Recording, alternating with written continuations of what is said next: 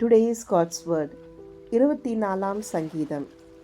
பூமியும் அதன் நிறைவும் உலகமும் அதிலுள்ள குடிகளும் கர்த்தருடையது.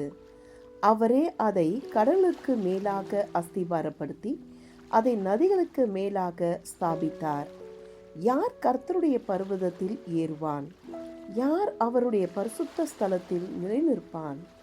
கைகளில் சுத்தமுள்ளவனும் இருதயத்தில் மாசு இல்லாதவனுமாயிருந்து தன் ஆத்மாவை மாயைக்கு ஒப்புக்கொடாமலும் கபடாய் ஆணையிடாமலும் இருக்கிறவனே. அவன் கர்த்தரால் ஆசீர்வாதத்தையும் தன் இரட்சிப்பின் தேவனால் நீதியையும் பெறுவான்.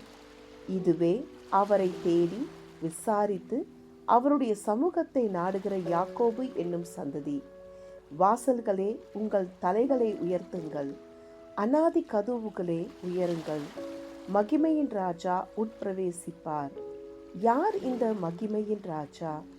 அவர் வல்லமையும் பராக்கிரமும் உள்ள கர்த்தர். அவர் யுத்தத்தில் பராக்கிரமும் உள்ள கர்த்தராமே. வாசல்களே, உங்கள் தலைகளை உயர்த்துங்கள், அநாதி கதவுகளே உயருங்கள்.